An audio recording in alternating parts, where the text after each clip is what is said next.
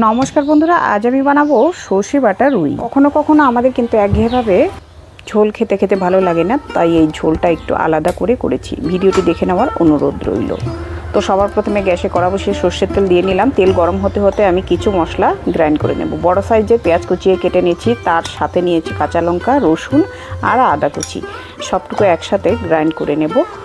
এদিকে আমার সর্ষের তেলটা গরম হয়ে গেছে, কেটে রাখা আলুগুলো দিয়ে নিলাম। দুটো আলু আমি ডুবো করে কেটে নিয়েছিলাম। নুন হলুদ দিয়ে নিচ্ছি, 2 মিনিট নাড়াচাড়া করে হালকা ভেজে নিচ্ছি। ভাজা হয়ে গেছে, এবার তুলে নিচ্ছি। এবার এই তেলের মধ্যে আমি দিয়ে নেব পটলটাও কিন্তু হালকা খোসা ছাড়িয়ে মাঝ বরাবর কেটে তারপর ডুমো করে কেটে নিয়েছি। একইভাবে নুন আর হলুদ দিয়ে দিলাম। এটা ভাজা হতে হতে আমি পাটাতে কিছু মশলা দিয়ে নিচ্ছি। আমি 1.5 চামচ পরিমাণ চার মগজ নিয়ে নিলাম 1.5 চামচ পরিমাণ সর্ষে আমি ভিজিয়ে রেখেছিলাম জল দিয়ে, তারপর একটা কাঁচা লঙ্কা দিয়ে নুন দিয়ে বেটে নিচ্ছি। বন্ধুরা, সর্ষে বাটার সময় নুন আর কাঁচা লঙ্কাটা অবশ্যই দিয়ে বাটবেন, তাহলে কিন্তু সর্ষের তেতো ভাবটা আর থাকবে না। এদিকে আমি পটলটা হয়ে গেছে, এবার তুলে নিচ্ছি। বন্ধুরা, এখন কিন্তু বাজারে কচকচি পটল লেগে গেছে, আর এই পটলগুলো আপনি কিনে এনে এই রেসিপিটি তৈরি করুন। এবার সেই তেলে দিয়ে নিলাম তেজপাতা, গোটা এলাচ, দারচিনি আর জিরে ফোড়ন দিয়ে নিলাম। সামান্য মৌরি ফোড়ন দিয়ে নেব। ফোড়ন থেকে হালকা গন্ধ চলে আসা পর্যায়ে আমি দিয়ে নিলাম বেটে রাখা পেঁয়াজ রসুনের পেস্টটা 2 মিনিট আমি ভালো করে কষিয়ে নেব।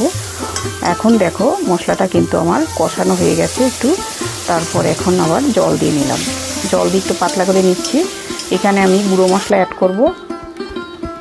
দিয়ে নিলাম 1/2 চামচ লঙ্কা গুঁড়ো, 1 চামচ জিরে গুঁড়ো, 1.5 চামচ পরিমাণ হলুদ গুঁড়ো দিয়ে নিলাম। স্বাদ মতো নুন দিয়ে নিচ্ছি। বন্ধুরা, এখানে নুনের পরিমাণটা কিন্তু 1 চামচ পরিমাণ হবে। আমি হাত দিয়ে নিলাম, তোমরা কিন্তু চামচ দিয়ে নিতে পারো। এবার সবটুকু উপকরণ আবারও ভালো করে নাড়াচাড়া করে কষিয়ে নিচ্ছি। এবার দেখো মশলাটা আমার কষাতে কষাতে শুকনো হয়ে গেছে। এই পর্যায়ে আমি চার মগজ আর সর্ষে বাটাটা দিয়ে নিলাম। একটু জল দিয়ে পাতলা করে আবারও নাড়াচাড়া করে আরও 2 মিনিট কষিয়ে নেব। তো দেখো আবারও কষিয়ে নিলাম। উপর থেকে কিন্তু একটা সুন্দর একটা তেল ভেসে উঠেছে। এই পর্যায়ে আমি কাশ্মীরি লঙ্কা গুঁড়ো দিয়ে নিচ্ছি। এটা কিন্তু কালারের জন্য দিয়ে নিচ্ছি, তোমরা থাকলে দেবে, না দিলে চলবে এটা। এবার আরও একটু ভালো করে মিশিয়ে নিচ্ছি, আরও 1 মিনিট কষিয়ে নেব। তো বন্ধুরা, মশলা যতটা ভালো করে কষাবেন ততটাই কিন্তু রেসিপিটা খুব ভালো আসবে, রঙটাও ভালো আসবে আর খেতেও কিন্তু টেস্টি হবে। এবার দেখো আরও কিন্তু উপর থেকে তেলটা ভেসে উঠেছে আর কড়া থেকে কিন্তু ছেড়ে যাচ্ছে।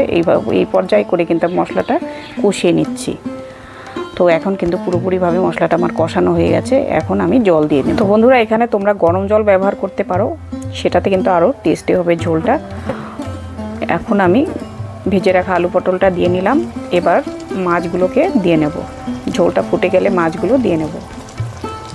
মাছ দিয়ে একটু ভালো করে নাড়াচাড়া করে তারপর একটু ঢাকা দিয়ে 2 মিনিট একটু দমে রেখে দেব, গ্যাসের ফ্লেমটাকে কমিয়ে রেখে। তো বন্ধুরা, এভাবে একবার রুই মাছের সর্ষে বাটা বানিয়ে আপনি গরম ভাতের সাথে পরিবেশন করুন। আশা করি আমার এই ভিডিও আপনাদের বেশ ভালো লেগেছে। ভালো লাগলে বন্ধুরা তোমরা অনেকেই আমাকে কমেন্ট করেছো, আর সেই কমেন্টের জন্য তোমাদেরকে অনেক অনেক ধন্যবাদ জানাই। আর প্রতিবারের মতো এবারও কমেন্ট করে জানাবে।